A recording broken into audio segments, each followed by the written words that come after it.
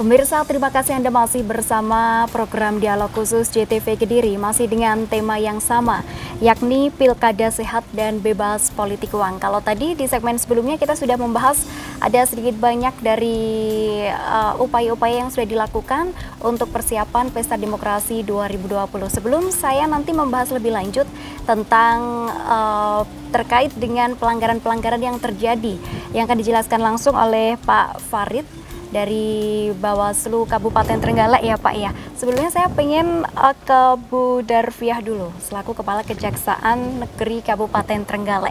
Berbicara tentang Pilkada Sehat dan Bebas Politik Uang, ini bagaimana tanggapannya Bu? Kita berbicara Pilkada Sehat. Pilkada Sehat itu melaksanakan pemilihan pilkada dengan menerapkan protokol kesehatan yang ketat. Kita berbicara di lapangan seperti itu. Dan berbicara mengenai politik uang, kita juga merasa bahwa politik uang memang kita melihat bukan di daerah Trenggalek ya, di daerah lain pun politik uang itu pemberian uang dan barang itu biasa dilakukan. Tapi dalam hal ini kita berbicara pelanggaran yang terjadi di Kabupaten Trenggalek. Ini memang harus memenuhi TSM, terstruktur, sistematik, dan masif. Apabila salah satu daripada unsur ini tidak terpenuhi, itu akan tidak bisa dinaikkan ke dalam pembuktian untuk terjadi tindak pidana korupsi itu sendiri. Itu yang, dan kami berharap di daerah Trenggalek ini tidak terjadi namanya politik uang atau money politik di sini, dan itulah harapan kami mungkin sebagai aparat penegak hukum. Oke, terkait dengan aparat penegak hukum ya yang tergabung dalam Gakumdu, tentunya dari kepolisian sendiri juga melakukan pengawasan ya Pak Doni ya. Oke, selama ini pengawasan yang dilakukan seperti apa Pak? Ya, terima kasih Mbak Devi. Jadi selama ini kita dari jajaran Polres Trenggalek melalui dari Babin Kamtimas yang berada di desa-desa, jadi sudah kita menekankan kepada mereka untuk dipantau pergerakan-pergerakan baik dari tim sukses maupun dari masing-masing paslon berkaitan dengan money politik. Karena money politik ini mencerminkan apabila mereka terpilih akan kedepannya mereka akan menjadi pimpinan yang tidak bisa dihargai oleh masyarakat. Kenapa?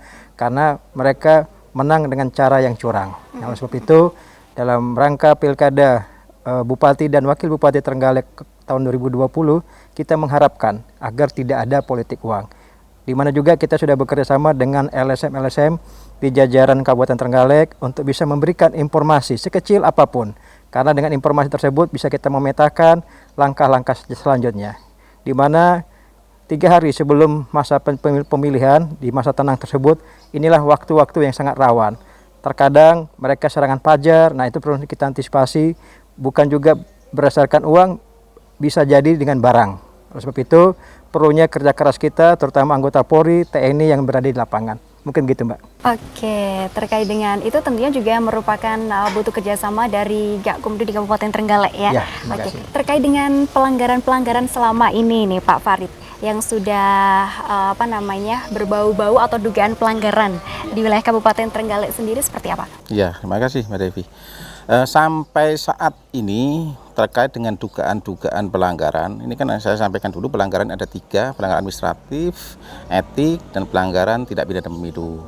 Yang pertama pelanggaran administratif, kita sudah menangani proses dugaan pelanggaran administratif, kemarin jumlahnya sekitar ada 6 pelanggaran administratif terkait dengan survei-survei yang belum masanya, kemudian melakukan survei ada 5 kemarin, termasuk juga dengan salah satu penyelenggara di tingkat ad hoc KPU, kemudian jajak pendapat seperti itu. Kemudian kita menangani terkait dengan pelanggaran COVID yang saya sebutkan tadi, surat peringatan ada 30, kemudian terkait pelanggaran hukum lainnya, di situ ada netralitas ASN seperti yang diatur di Undang-Undang Nomor 5 Tahun 2014 dengan PP 53 dan 41 terkait kode etik ASN maupun disiplin pegawai di situ. Bawaslu sudah melakukan proses penanganan pelanggaran salah satu kecamatan kemarin ada dugaan pelanggaran dilakukan oleh ASN. Itu sudah proses dan sudah kita kirimkan hasilnya ke Komisi Aparatur Sipil Negara di Jakarta. Kita masih menunggu hasil dari itu. Dugaan pelanggaran lainnya yang beririsan dengan pidana sudah kita rapatkan kemarin dengan jajaran Gakumdu di kabupaten, kita kumpulkan untuk membahas atau menilai apakah perbuatan tersebut bisa kita tindak lanjuti, kemudian kita register. Sebelum kita register ini apakah ini bukti-bukti yang kita dapatkan ini sudah memenuhi atau tidak. Alhamdulillah di situ masih kekurangan bukti-bukti, sehingga kita ini menginginkan sebenarnya peran serta masyarakat, pengawasan partisipatif untuk kemudian melaporkan. Tidak hanya temuan kita sulit kadang-kadang, walaupun apapun kita ini tetap berupaya. Tapi kalau kemudian peran serta masyarakat ada yang melaporkan, insya Allah dari Bawaslu siap untuk melakukan proses selanjutnya demi penegakan hukum pemilihan. Oke, untuk prosedurnya sendiri terkait dengan pelaporan masyarakat ini seperti apa, Pak? Ya, masyarakat bisa langsung datang ke Bawaslu, ke Panwaslu kecamatan, melaporkan bisa. Di situ ada posko pengaduan. Setiap laporan akan kita kemudian terima dan kita nilai. Akan kita nilai dari kajian awal apakah menurut syarat formil atau material. Bahwa kita wajib untuk menerima. Tapi kemudian tidak serta-merta kita register, kita proses, karena kita harus melihat ketentuan syarat formil dan material ya sesuai dengan peraturan Bawaslu nomor 8 tahun 2020. Apakah identitas pelapornya jelas, kemudian batas waktu pelaporannya itu terpenuhi, kesesuaian tanda tangan, kemudian apakah yang melaporkan itu memenuhi kriteria yang melaporkan. Misalkan orang Kediri mau melaporkan di sini, tidak boleh, ya, tidak bisa. Ya, warga negara Indonesia yang mempunyai hak pilih di wilayah yang dilakukan pelaksanaan pemilihan, seperti itu. Syarat formil material seperti itu. Nah, kemudian di syarat materialnya juga itu urutan kejadiannya bagaimana, kemudian bukti-buktinya bagaimana, identitas terlapornya seperti apa. Oke, jadi memang prosedurnya ini juga harus runtut ya, harus ada yang tinggal gitu. Kalau nanti misal buktinya kurang kuat juga belum bisa memasuki. Nanti seperti apa, Pak? Ya. Outputnya, kalau kemudian ini dari dugaan pelanggaran itu sudah naik menjadikan temuan, register misalnya dari hasil pengawasan aktif pengawas pemilu ini kan menjadi temuan pengawas pemilu. Tapi kalau dari eksternal misalnya dari masyarakat, dari pemantau pemilu, ya ada 3 yang berhak melaporkan. Warga negara 17 tahun memilih, punya hak pilih di situ ya, kemudian pemantau pemilihan, kemudian peserta pemilihan. Kalau sudah itu memenuhi syarat itu, bukti-bukti sudah jelas, syarat formal material terpenuhi, maka kita register. Setelah kita register, kemudian kita lakukan proses klarifikasi dengan berita acara klarifikasi. Kita undang para pihak yang ada, pelapor, telapornya, kemudian saksi-saksi yang ada. Outputnya nanti ada 3. Outputnya nanti ada 3 di situ. Apakah dari dugaan pelanggaran itu masuk kategori sebagai pelanggaran tidak pidana pemilu. Kalau masuk ke tidak pidana pemilu, maka rekomendasinya ke kepolisian untuk menindaklanjuti selama 14 hari untuk melakukan penyidikan. Kalau kemudian itu disimpulkan dalam kajian itu merupakan kode etik panitia ad hoc, kita ke KPU. Kalau panitia yang tetap sebagai KPU, maka kita langsung ke DKPP. Kalau kemudian itu administrasi, rekomendasinya ke KPU. Misalkan alat peraga kampanye, terus jadwal, itu kita langsung rekomendasi ke KPU untuk kemudian menertibkan atau memberikan surat peringatan. Ya, jadi jalur masuknya kalau terkait dengan pelanggaran-pelanggaran khusus pemilu itu ke Bawaslu. Jadi tidak bisa misalkan langsung ke kepolisian, ke kejaksaan, ke GNPK, kemana tidak bisa. Pintu masuknya tetap satu ke Bawaslu, karena hukum acaranya Bawaslu ini melalui Perbawaslu 8/2020 tentang penanganan pelanggaran. Dan diatur di situ termasuk batas waktunya, proses yang berjalan bagaimana. Sehingga ketika mereka melaporkan sudah melewati batas waktu, ya misalnya kenapa tidak ditentukan? Dia harus melihat aturan ketentuan. Oke, untuk batas waktunya sendiri berapa hari dari proses pelanggaran itu? Ya, kalau sejak diketahui ada 7 hari laporan itu, ya 7 hari sejak diketahuinya. Laporan itu harus kemudian disampaikan, tidak boleh melewati batas waktu. Ini menjadi syarat formil dari suatu laporan. Oke, baik. Terkait dengan dugaan pelanggaran ini, pemirsa juga diharapkan dari Bawaslu sendiri, masyarakat ini bisa untuk melaporkan langsung ke Bawaslu ya. Untuk cara pelaporannya sendiri melalui website, ada apa namanya dari website khususnya atau seperti apa? Ada. Karena bisa langsung atau bisa melalui media elektronik seperti website ya. Website kita sudah sampaikan websitenya Bawaslu seperti ini, WA-nya juga sudah ada, di posko-posko pengaduan di kecamatan juga ada.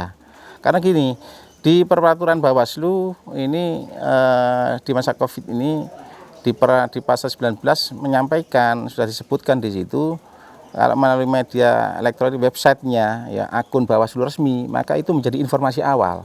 Nah, jadi tidak serta-merta ini suatu dugaan pelanggaran, kita mesti selalu mengatakan ke jajaran kita jangan menyampaikan pelanggaran karena masih belum masuk dalam kajian dan suatu rekomendasi putusan kan gitu. Ini adalah dugaan pelanggaran. Dugaan pelanggaran itu bisa terjadi dari melalui informasi awal, misalkan dari media sosial, tapi ini harus disampaikan, harus resmi melalui website Bawaslu. Tidak hasil main lempar saja lewat WA, ini menjadi sampah sebenarnya. Nah, ini yang kemudian mereka ini tidak mengetahui prosesnya, teriak-teriak. Ini kita melaporkan, mana laporannya kan gitu. Karena harus jelas secara material dan formil.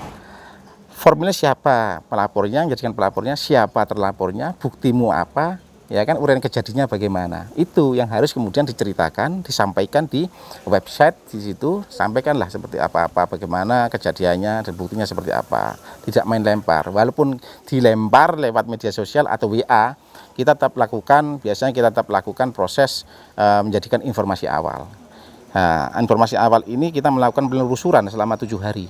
Apakah benar-benar informasi yang disampaikan oleh pihak-pihak, saya katakan itu kan dari orang-orang goib itu. Nah, tidak tahu siapa yang dari mana kamu, dari grup ini, dari siapa yang melaporkan pertama, tidak diketahui. Ya, sehingga ini banyak putusnya, kita tidak bisa menjadikan informasi awal ini menjadi temuan.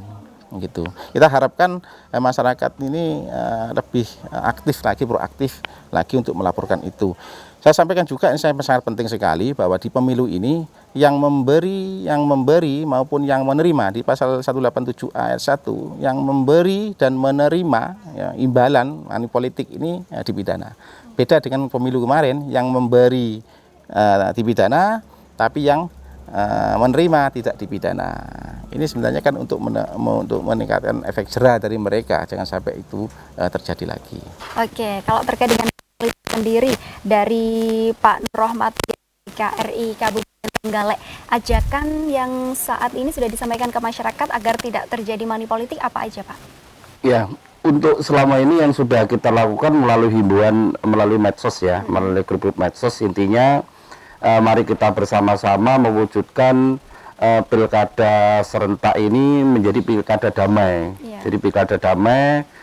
Ya, memang kita belum ada kemampuan yang maksimal untuk memberikan edukasi kepada masyarakat bagaimana masyarakat bisa menghindari atau tidak terlibat pada perilaku money politik ini ya, karena memang proses untuk mengarah ke sana itu tidak mudah.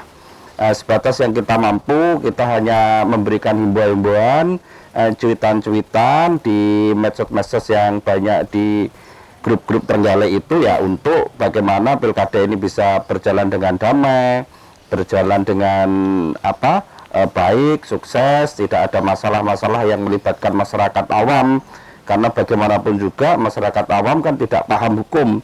Jadi mereka hanya sebagai objeknya saja, tapi konteks hukum kan tidak melihat di situ. Kalau memang terjadi pelanggaran pemilu ya mereka akan terjerat dengan sendirinya walaupun niat itu bukan dari masyarakat. Lah inilah yang kita lakukan dengan upaya-upaya mengajak, menghimbau melalui media sosial dan juga melalui upaya-upaya bila mana kita tetap muka lah ya di tempat-tempat umum seperti di warung-warung lah atau di kafe-kafe, itu sedikit kita sering sharing lah bagaimana bisa menghindari perilaku atau ajakan yang dilakukan oleh tim paslon atau siapapun untuk terjerat pada upaya praktek money politik.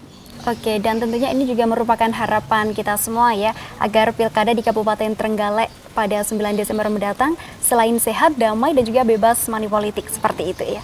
Oke, baik pemirsa, kami akan kembali lagi sesaat lagi mengulas tentang pilkada sehat dan bebas politik uang. Tetaplah bersama kami.